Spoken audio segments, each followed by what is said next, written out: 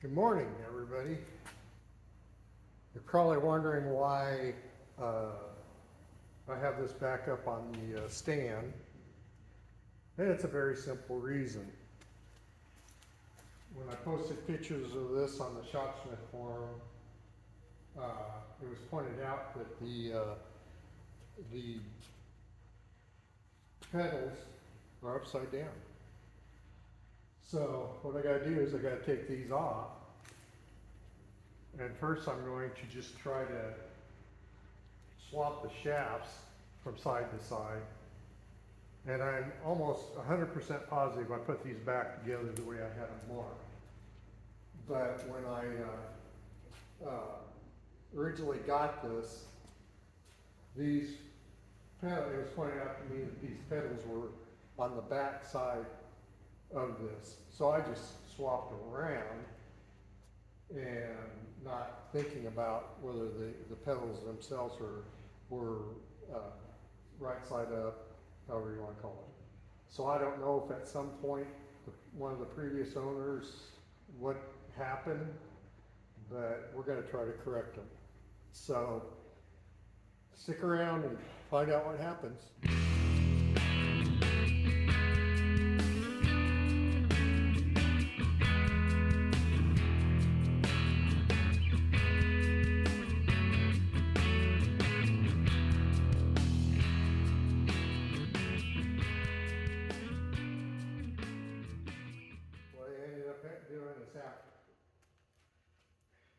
I know the previous owner messed with these because they were on the wrong side. The pedals were on the wrong side. Somehow I think what they did is they switched the axles because all I had to do is take them back apart, flip the axles, and then they were flipped upright. So we got that done. Now we've got some more painting and polishing, and we're going to try to get the tables done, and then we'll get to the headstock. This morning we're going to be putting our extension table back together, and I'm going to go ahead and do the upgrade of using studs instead of bolts, so they're adjustable. There was a really good post on this on the Shopsmith forums. Scott from My Growth Rings also did a video on this, so just seems to make sense. I am going to be using a little bit of anti-seize to put the studs in. And these have gotten a lot more expensive than when they were talked about on forums. I went to Menards and got these, and they cost like $3 something a piece. But that's okay. I think it's worth it to go the stainless steel route. So I put my stud in. There's studs in, and then what I do is I put a washer and a nut on them, and then we do some more washers and nuts that makes it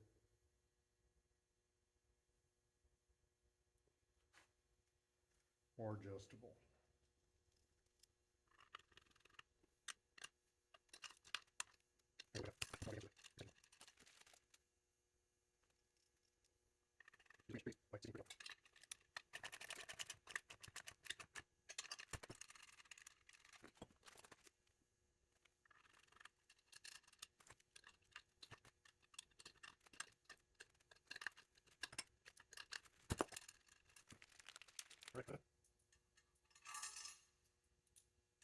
Up a 3/8" stainless steel washer down each stud.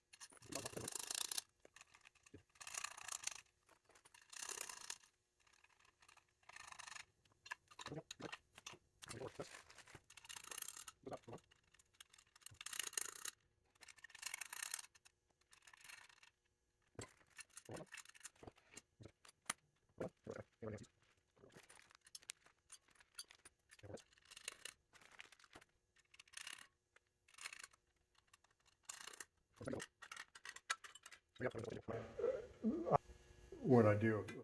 Okay, this part goes together pretty straightforward. I waxed and so on and so forth. But basically, you slide this shaft down in this, which has the teeth on it to raise the table. Slide that down in there. Then you slide this in on the other side.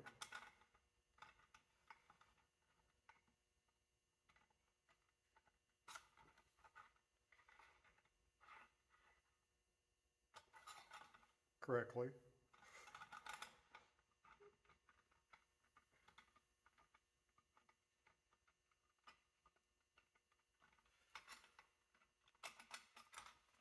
Okay, and then that slides in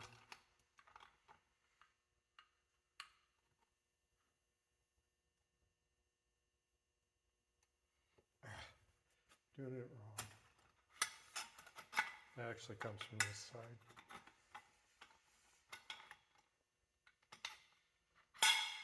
Okay, then you have this,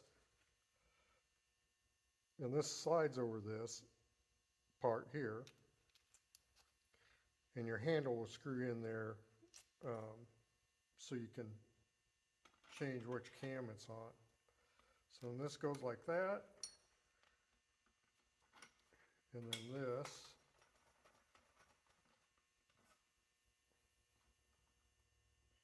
just slides like that. And what did I do with the handle after I cleaned it?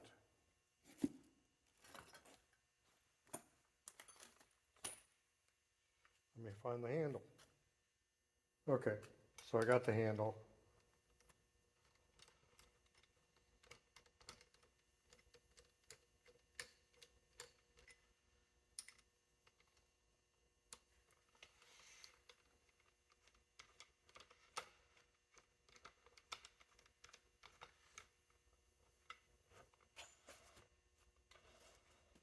There we go. I think.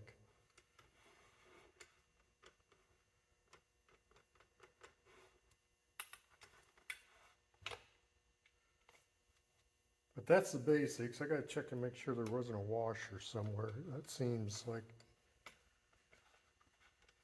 it should be tightening up better.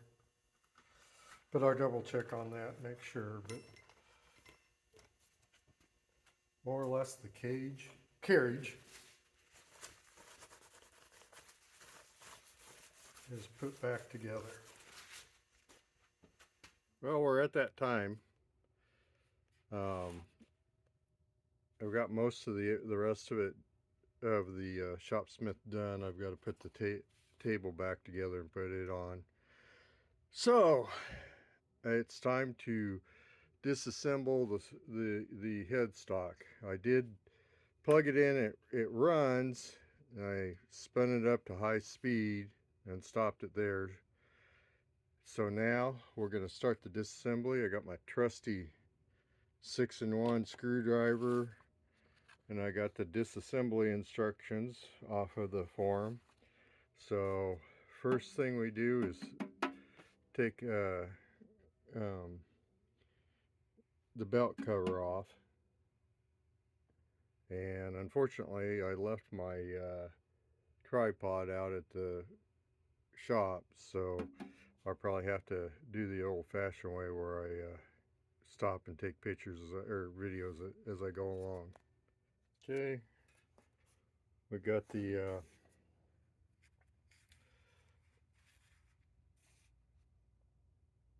belt cover off. Doesn't look too bad. I've seen grimier things. It's got an original Shopsmith. I don't know if you're going to be able to see that, but there we go. Shopsmith dry belt on it. Don't know if that means anything. Anyway, okay, we'll continue on. Okay, the next step says using a 3/4 inch by 2 inch by 18 inch board with a 1 inch diameter hole drilled through the center, compress the motor spring, which is there, and remove its retaining ring, which is down there, with retaining ring pliers. Well, I didn't grab a 3/4 inch board while I was out the shop, so we're going to try to attempt this without it, which I had this down earlier. There we go. I'm going to try the small pair of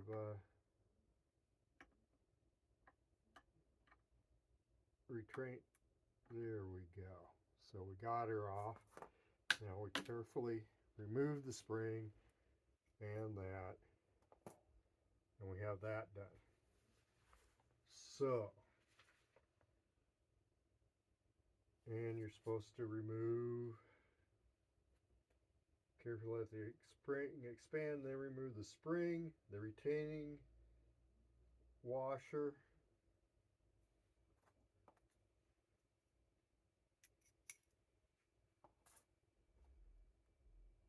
and then and the floating sleeve, it says. Aha!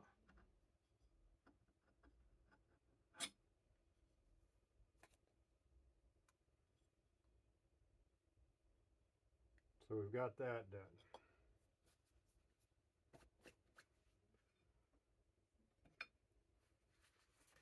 Now it says remove the logo cover and unhook the retaining loop on the back of the control sleeve from the quadrant assembly, which is in there.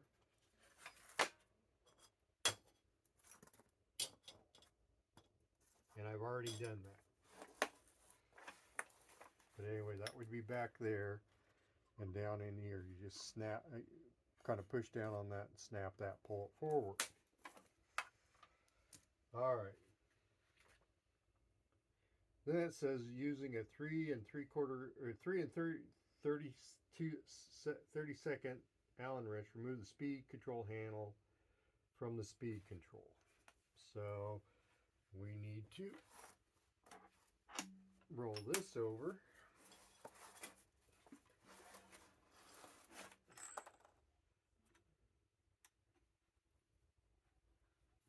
And I'd assume what I've got to do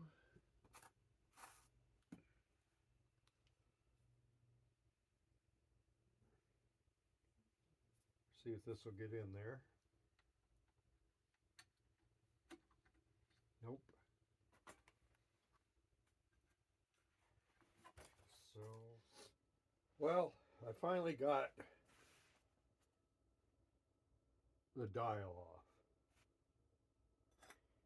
And what my problem was is I got the set screw out of there. In fact, I took it completely out. But, see if you can see this. There's an indentation here that the set screw goes in, and apparently at some point it wasn't driven in all the way, and so it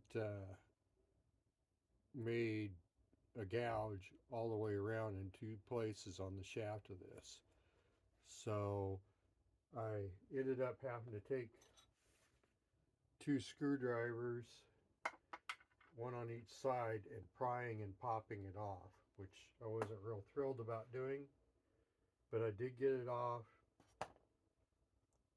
Then I took the 3 screws out of here, which the spring was still intact, so I've got that. And then there's a spring here. I'm not real sure what that's for.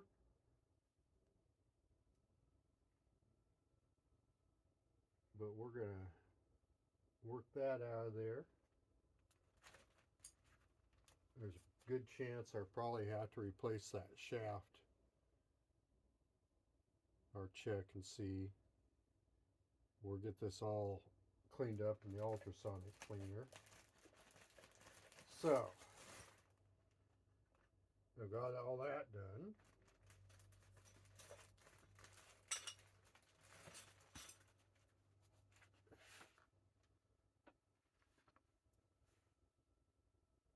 And I guess that's an anti-rattle spring.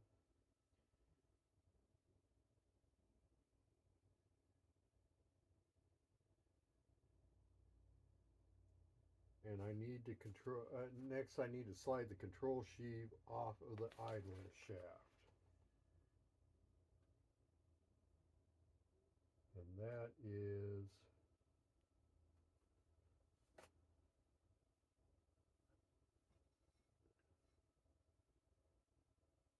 right here.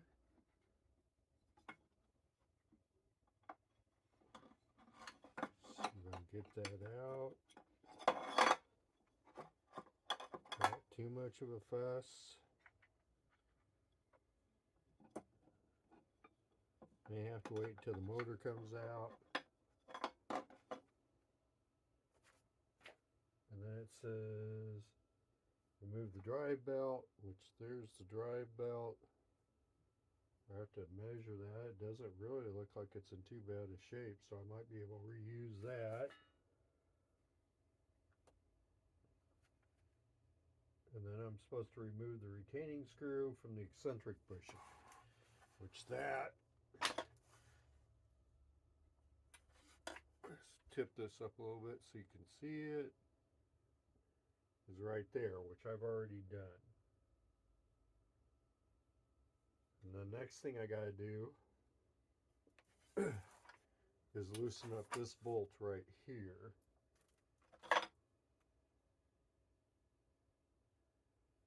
That's probably a 5/32. Let's see if I can reach it with this tool, or I have to go find a... Yep.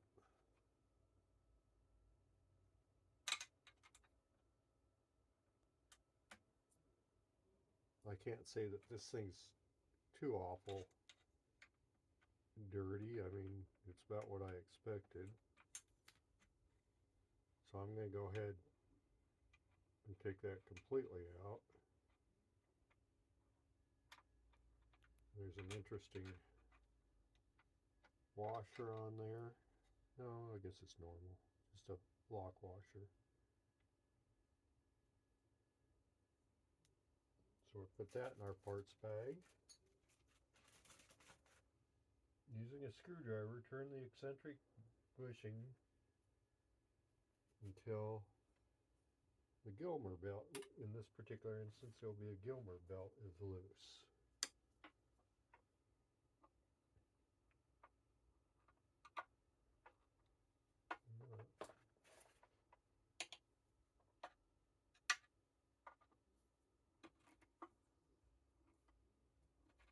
Let's see. Oop, right there. So now we're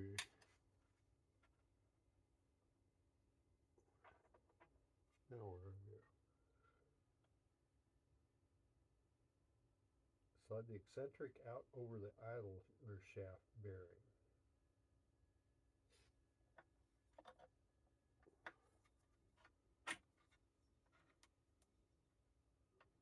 Oh boy, that's easier said than done.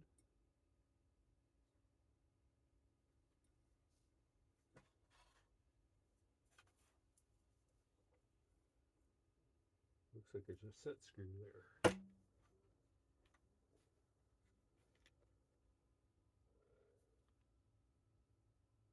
Oh, I skipped a step.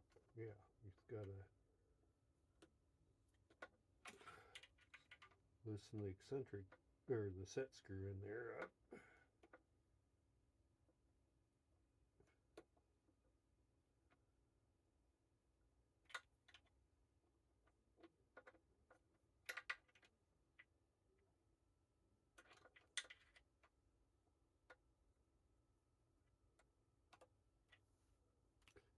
Let's see if that's enough to get that come loose.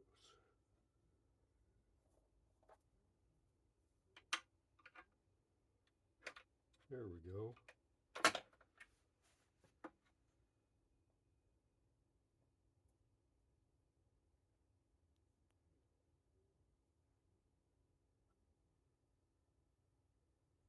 Using a small screwdriver, remove the retaining ring that holds the drive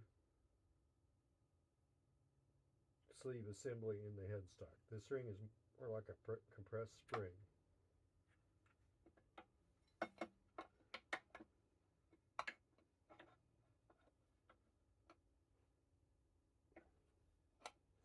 That is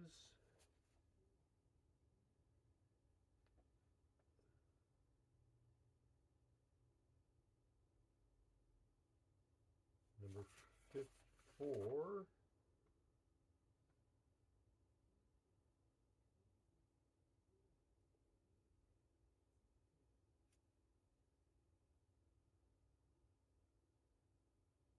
Which is this.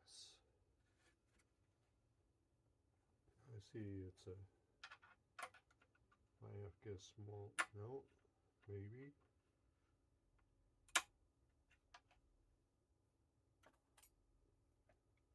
Use my little hook here to get behind it when I get it.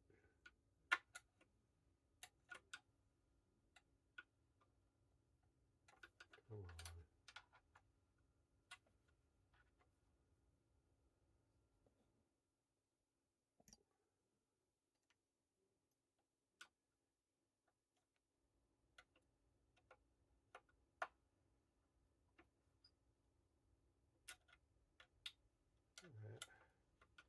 Almost had it.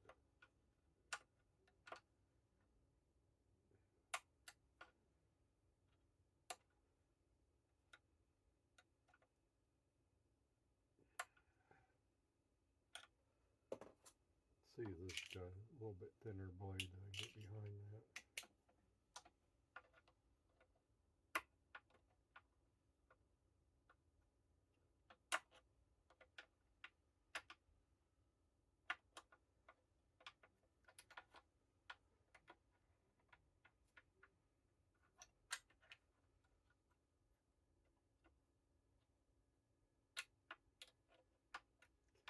Can't go back that far.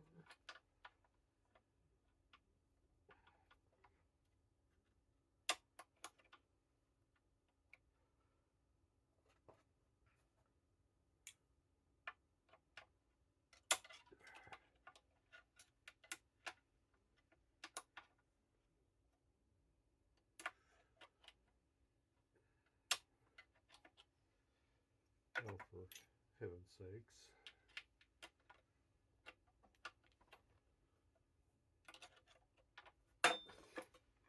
Way to go, Idaho.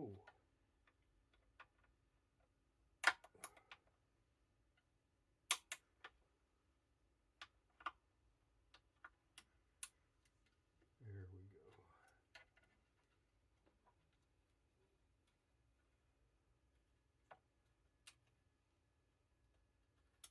Okay, we got that out of there.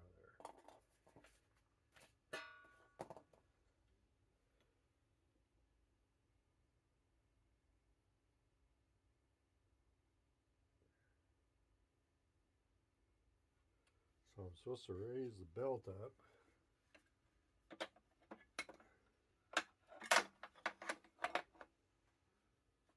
And then I'm supposed to be able to...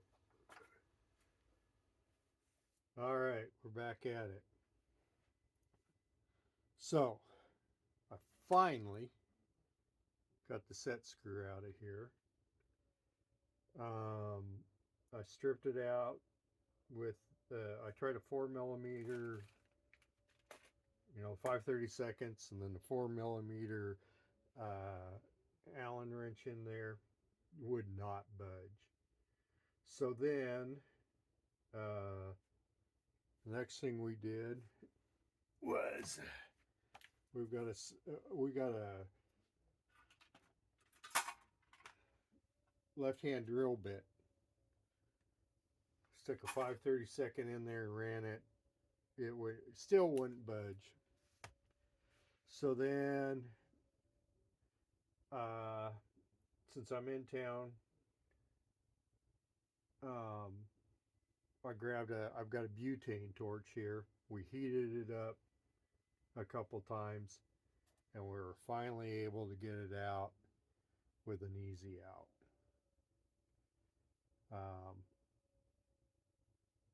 It's my understanding, yeah, and it looks like it's right there. There's a blob of nylon in there to keep that. So when since you don't set it hard up against there, that it stays where it is. So I have ordered a new one of these from Shopsmith, and I believe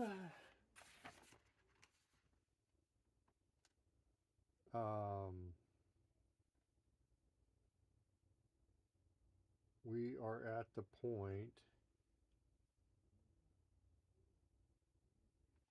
to remove that.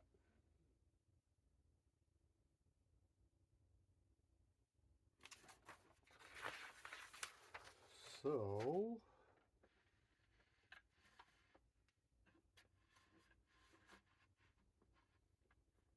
we turn it out and we pull it out. Oop, and then we slowly let that come back out. The bearing's definitely bad on that. And of course I boogered up the bearing on the idler. Or no, that's not the idler. Can't remember what that's called. But I boogered that bearing up. This bearing was bad. Not a big deal though. Maybe I'll repair those and sell those, because I have got dual bearing Quill and the idler sheaves and everything I need to upgrade it to a dual bearing Quill and poly. So again, I don't know, that bearing's maybe it's not too bad. It's awful warm because we just got done heating it up to get that out. So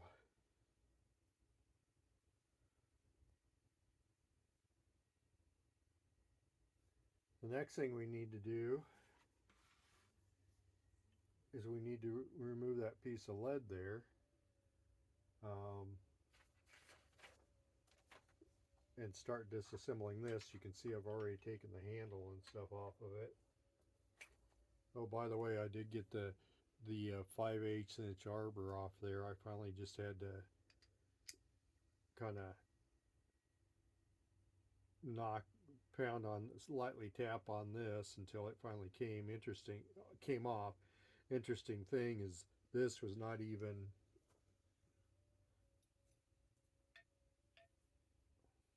lined up on the flat spot. So I'll clean that up and see if I can reuse it if I ever need it. Now, what's the best way to get this lead out of here?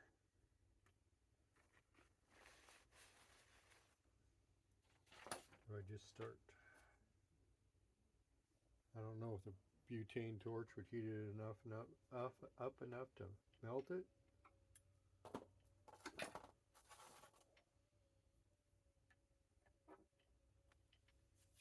Let's just slightly tap on it and see what happens. Well, that don't even look like lead.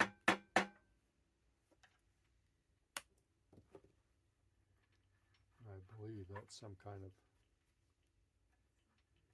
putty.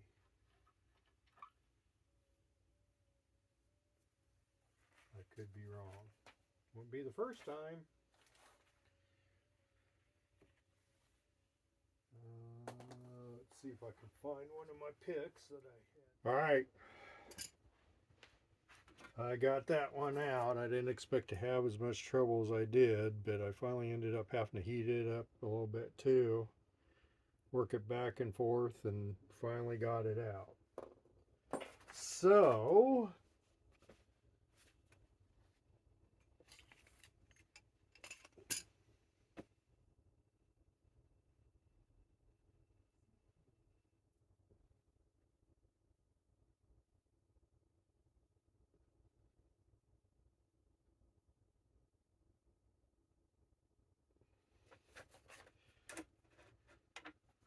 Now it says remove the feed stop handle, which on here it says is 35.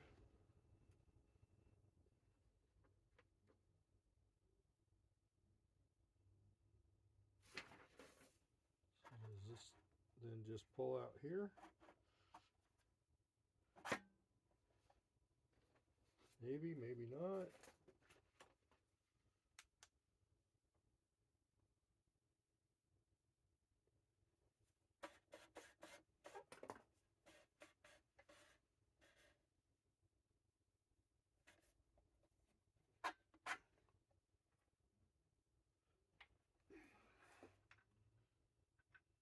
Ah, there is another. Oh, there's a shaft there.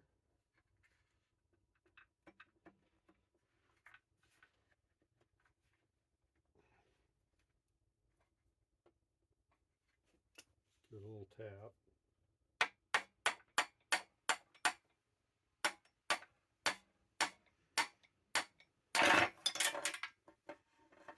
And that comes out and something fell out inside. This looks like it's not in too bad a shape. Now I guess I'll find out what fell out when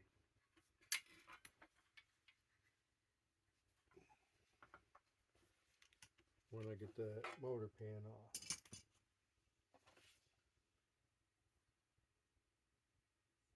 Oh, it does say a spherical washer may drop down in the motor pan as you do this. Be sure to retrieve it. Also remove the quill feed sleeve from the front of the headstock, which I'm sure was that. Okay. Now it says make a drawing of the wiring. But what I'm going to do is I'm going to set you down for a minute and I'm going to take a picture. Okay, so since I have the old style switch on here, I can just take a pair of needle nose pliers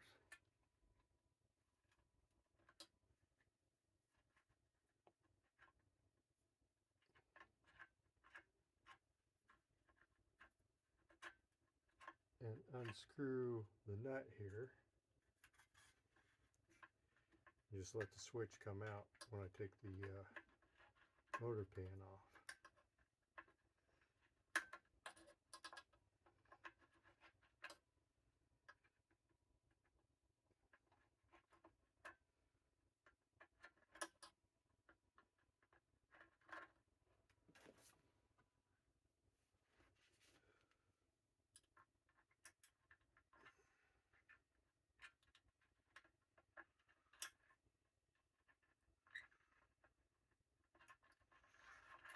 There we go. Push that through there.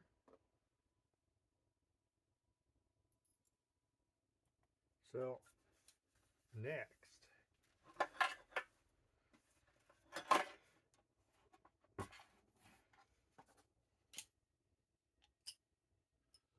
we get to take the 5 screws out of the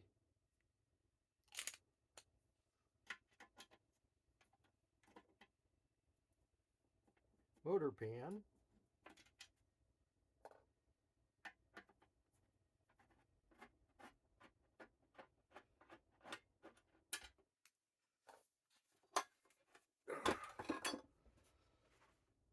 And remove the motor pan.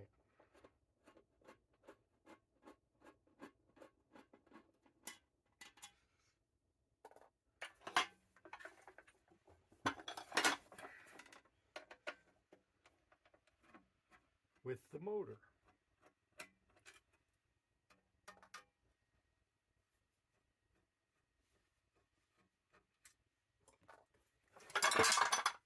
And there we go. And there is the 3/4 horse engine motor. Now, I am also going to replace that with a 1 1/8 horsepower motor that I got pretty reasonable. So we'll set this over here. Oh, one thing I wanted to show you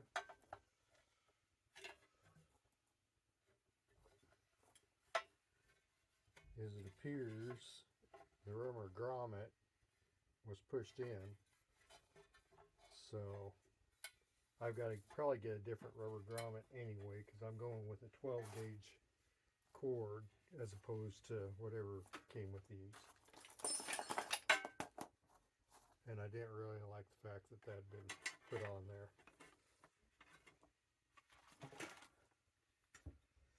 So we'll shove this out of the way here a little bit.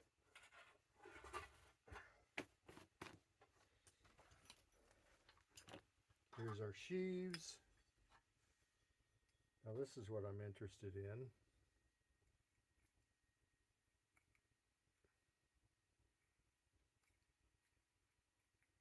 I think that bearing's okay. And the reason I say that is the replacement one I got that had the poly sheave on it was very stiff.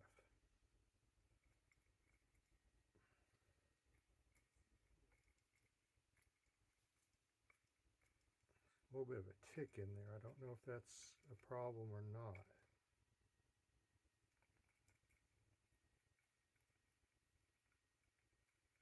So we may take this shaft out of here and use it. Oh, there's that washer they were talking about. What do I got a mess I got to clean up. So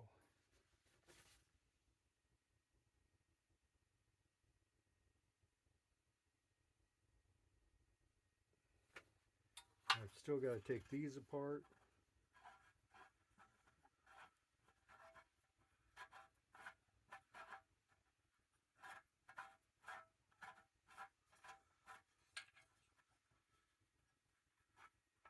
Easier said than done.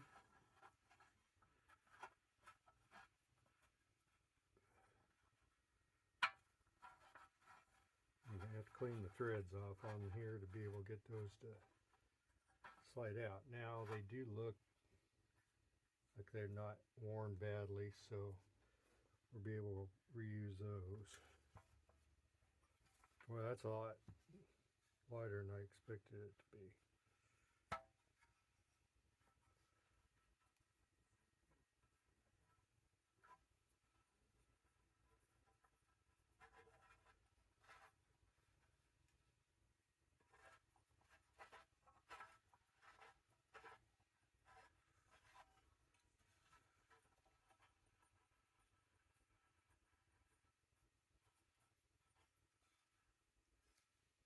And just wipe those off.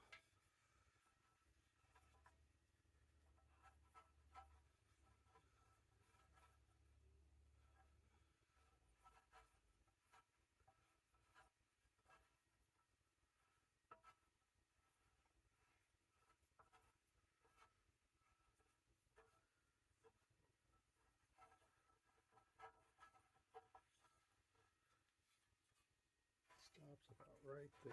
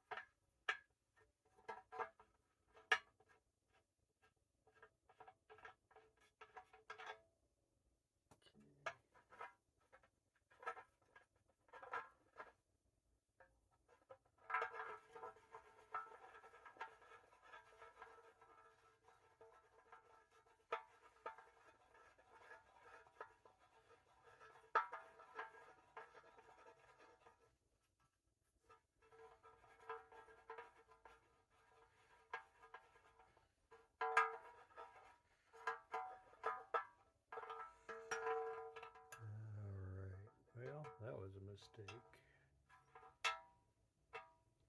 I've got a pin here that I gotta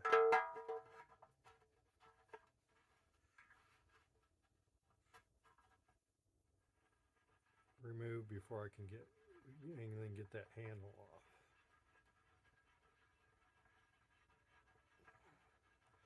Oh, I just love roll pins.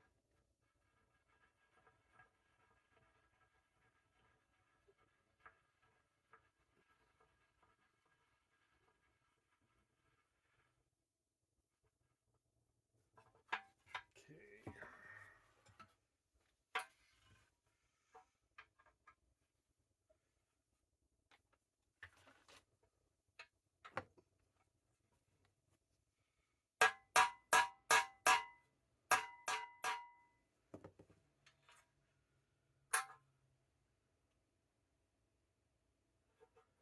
At least I think that's a roll pin.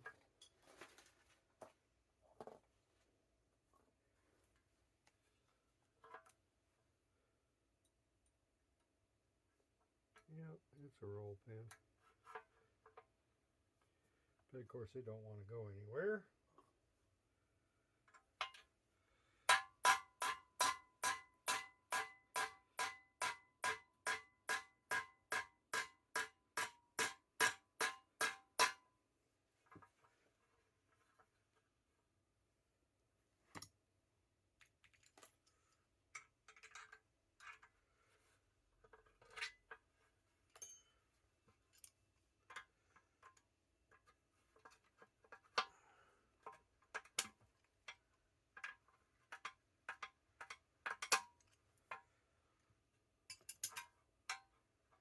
Of course, my punch is too big to go through there.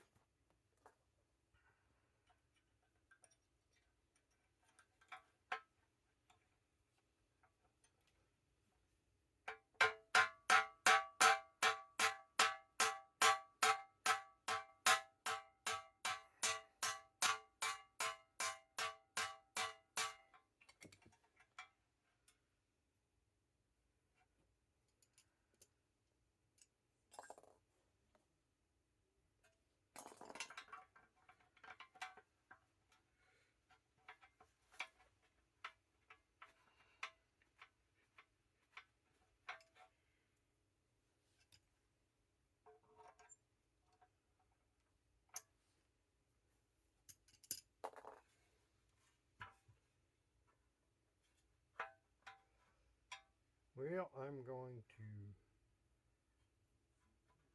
probably have to find a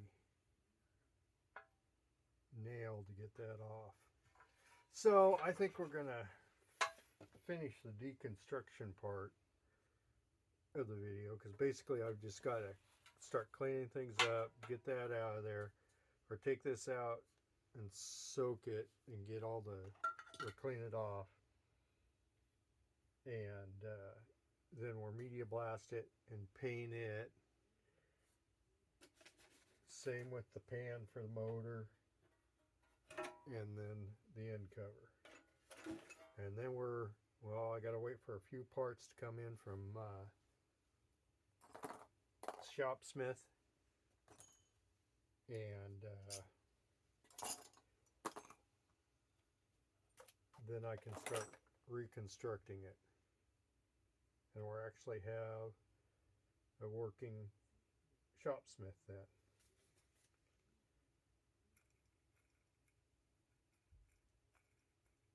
I don't know.